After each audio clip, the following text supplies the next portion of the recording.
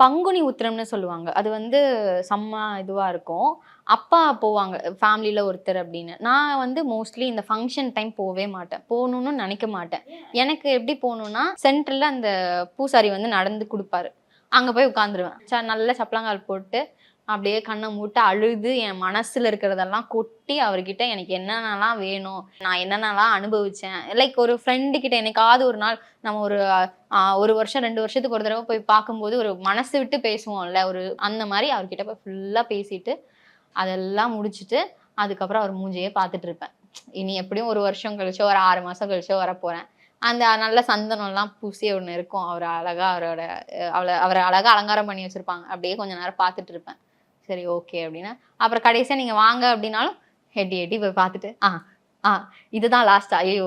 சரி மறுபடியும் ஒரு வாட்டி பார்த்துட்டு வந்துருவோம். அப்படின்னு அந்த முகத்த வந்து பதிய வச்சுட்டே வருவேன். அந்த மாரி ஒரு கேரக்டர். இந்தியாவிலே ஃபர்ஸ்ட் டைம் ஃளைட் விசிட் ஹெலிகாப்டர்லங்க. நம்ம Manju groups in blue spot 3.0 grand லான்ச்ல